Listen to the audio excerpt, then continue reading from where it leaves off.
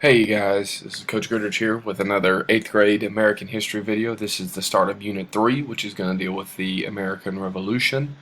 I'm going to split this video up into 3 parts. First, for our 3-parters, it's going to be all of our pre-war stuff, to kind of fill in the gaps where we left off with colonization, so some of the wars between the British and the French, especially how they pertain to the colonies and how we were involved in those. Some of the other activities that led up to the conflict as well. We'll get into the actual war itself, and then kind of a end of war / post-war, signing treaties and things like that. So we'll split this up into 3 parts. So I have your Unit 3 notes out and ready. It's going to be a little bit different because you guys have already been assigned a mini project that you guys are going to be completing as we work our way through this. So I'm going to have the answers for that as we move. Set your questions. How were the colonists able to defeat the most powerful country in the world, in Britain? Number 2, were the colonists justified in their attempts to fight back against the British? Remember, justified means having a good reason for. Do they have a good reason to fight back in the first place? So go ahead and pause the video here and write these down. And here we go. Some of the people we are going to need to remember: Washington's Prayer, Valley Forge, Thomas Jefferson, Benjamin Franklin, the Battle of Bunker Hill, one of the first early major conflicts, George Washington and his horse Nelson, and the final British surrender at Yorktown. Alright, let's focus on this for the time being. Mercantilism, remember, is the economic policy in which a country tries to maintain a quote-unquote favorable balance of trade. It is based on the idea of a country accumulating gold or other wealth. You sell more than you buy. Remember, that's how all the colonies started, especially the opportunist colonies found in the middle and southern colonies. It's all about what can you do for Europe, what can you do for Great Britain. It's all about the money. As you look at this chart from 1700 to 1774, so the dotted line is imports from England, so things that the colonies bought from England, and the solid line is exports, of things that were sold to England here. And by 1774, there is a huge disparity, 1770 really, between things that were being brought in from England and things that are being sold. Huge disparity there. So that is an unfavorable balance of trade for the American colonies. It is an extremely valuable trade, balance of trade for England, meaning they're making a lot of money off of us. A lot of that is going to be due to taxes. There you go. All right. On your map, you should label the 13 colonies. You can pause the video there, and that should help you get you situated there. All the way down to Georgia. All right, so French and English wars. Over the course of 100 years, well, really throughout all of organized and semi-modern history, the French and English have been fighting against each other. They just don't like each other. But there are a series of 4 wars during the exploration and colonization time period that are really going to have a direct effect on the English and French colonies in the New World in America. So you got King William's War, you have Queen Anne's War, you have King George's War, and the most important one that most pertains, the French and Indian War that ended in 1763, in which the French and their Native American allies fought against the British colonies, and their Native American allies for control of most of the northern part of what was then called New France or Canada, and the northern part of colonies like New York, New Hampshire, Massachusetts, what would eventually become known as Maine, but part of Massachusetts at that time.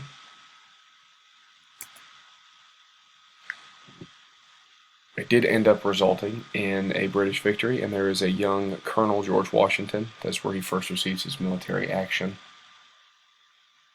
and begins to receive some experience from that. This is going to result in very, very high taxes for the colonies, because the British figure, well, if we're paying all these soldiers to protect you, you guys should carry some of that burden. The issue with that is that there was not a whole lot of representation for them in their parliament, in their Congress. So let's talk about that division at home. You basically have two groups, really three groups. You have a neutral group, which is like in the middle.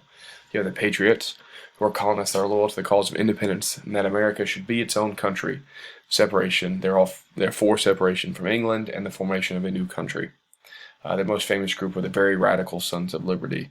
Then you have the Tories on the other side of the spectrum, colonists that are still loyal to the king and to England. They do not want to leave. At the outbreak of war, you have about a 50-50 split, as well as a good portion that just want to be left alone as neutral. Like I said, wars are expensive. You need to pay money for them to house soldiers and things like that. So quickly the rallying cry became no taxation without representation. The American colonists were very upset that they could change all of these little taxes and make money off the hard work of the Americans, and they do not have an equal say in government, in Parliament, or with the king. So remember that, no taxation without representation. All right, so these were your groups that you were assigned, and let's go through your answers. The road to the revolution. Here we go. Group 1, Post-War Problems, Sugar Act. Proclamation of 1763 was a royal decree that banned colonists from settling west of the Appalachian Mountains. This was part of the terms of the French surrender in 1763 after the French and Indian War, and partially because the Indians were out there as well. Pontiac, a rebellious Ottawa Indian chief, fought to keep colonists from spreading into Indian territory unsuccessfully after a time. You have the Quartering Act of 1765. Colonists were forced to house and feed British soldiers in the major cities where they were standing guard. Obviously, if you have soldiers, you need some place to put them. So they put them in private homes. Forced these colonists to take them on without their consent.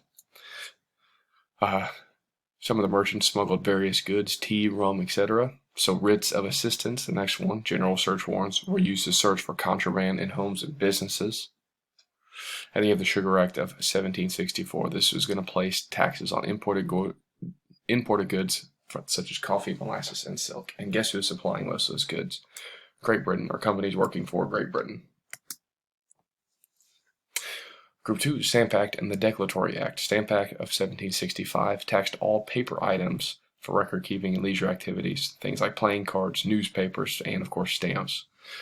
Therefore affected every colonist.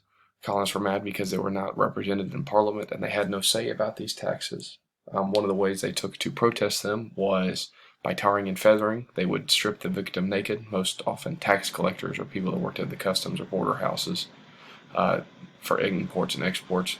They would pour hot tar on them, which would not only burn them, but cause them to stick to almost anything, and then cover them with feathers from pillows. It looked like giant chickens. Very humiliating and very painful. Didn't usually kill people, though. Usually. The Declaratory Act of 1766 formally repealed the Stamp Act, but also secretly introduced a bunch of new taxes as well. The Sons of Liberty were a violent, radical patriot group that held rallies and organized protests versus British control. They were responsible for a lot of the protests, especially in Massachusetts and the Northeast colonies. Group 3, the Townshend Acts, Boston Massacre, and we get closer to Revolution. The Townshend Acts of 1767 placed new taxes on items like glass, lead, paper, and tea, some more luxury items that were being imported by the colonists from Great Britain. This caused a lot of the colonists to boycott, which is refused to buy a product or service from a particular store or group. King George III and Queen Charlotte Sophia were the rulers of England at this time. Eventually, all of this tension would boil over into the Boston Massacre of March 5th, 1770, which is when a mob of boys and men taunting and throwing things at British soldiers. Troops fired into the crowd, killing 5 and injuring 6. We're not sure who fired first, but it leads into a very important part of one member of the Sons of Liberty and a founding father of our country, who was at that time the lawyer John Adams. Captain Preston, who is the leader of the soldiers who were convicted of starting the Boston Massacre, was defended by John Adams, and he ended up getting him off the hook, saying that they were acting in self-defense. But later, John Adams, who believes in the truth and in justice, saw that things really needed to change and that America needed to be its own country. He'd also become the second president of the United States.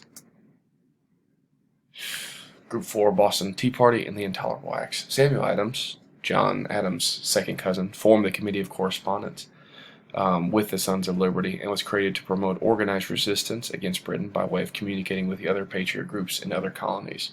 This is the first example of the colonies of America uniting for a common cause to overthrow the British. The Tea Acts of 1773, colonists could only buy tea from the British East India Company, which was a royal company, so they had a partnership with the Crown and with the British government. This also created one of the first monopolies in American history. Now, obviously, you guys played the board game. They played the board game before, but we'll talk more about monopolies when we get to Unit 8. But for the most part, let's say that it is one company who controls all of the controlling interest in a certain product. So that would be like there would be only one milk company. If there's only one company that you could buy gallons of milk from in the whole world, they could charge whatever they wanted for it because everybody needs to drink milk. Same thing with gas or cell phones or computers. But we'll talk more about that as we move on. But it's very unfair financial business. Because of the Tea Act, on December 16, 1773, we're going to have the Boston Tea Party. 100 Sons of Liberty, dressed as Indians, as Mohawk Indians, stormed the tea ships that were in Boston Harbor and threw the tea overboard in an act of defiance. When word gets back to the British government that this had happened, King George III and Parliament enacted the Intolerable Acts. The acts were a huge punishment against Massachusetts for taking part in the Tea Act. And of all of the Intolerable Acts, of which there were several, the two most intolerable acts were the reenactment of the Quartering Act. British could house soldiers in colonial homes without consent, and the Boston Port Act, which shut down the then busiest harbor in America, which decimated Boston. And this is Boston Harbor right here, and a replica of one of the ships that the tea was dumped out of. And then Group 5, war begins. The First Continental Congress was the first united colonial form of self-government with elected representatives that took place in Philadelphia during September of 1774. Patrick Henry was a Patriot speaker and state delegate from Virginia. He was famous for saying, "Give me liberty or give me death." The Minutemen were militia or volunteer soldiers from around Boston. They're called Minutemen because they were ready to fight extremely quickly at a minute's notice. That's how it goes. The British soldiers, also known as redcoats for the redcoats that they wore, gather in Boston to search the countryside for weapons and ammo, and also to capture the Sons of Liberty leaders John Hancock and Sam Adams. Paul Revere was famous for being a silversmith and an outspoken Son of Liberty, and became even more famous for warning Boston and the countryside that the British were coming on his famous Midnight Ride of Paul Revere on April 18th, 1775, of which there were actually 4 riders, including Paul. The first battle of the American Revolution was the Battle of Lexington and Concord, and it took place on April 19th, 1775, which is where we have the shot heard around the world. And you guys will watch that video a little bit later on. Alright, let's see how much time we have left. We're at about 13 minutes, so I think this is where we're going to call it for the day. Some pre-war stuff. We'll get into the Who Am I and some of the main fighting here pretty soon, but I appreciate you guys, and I look forward to talking with you guys about this later.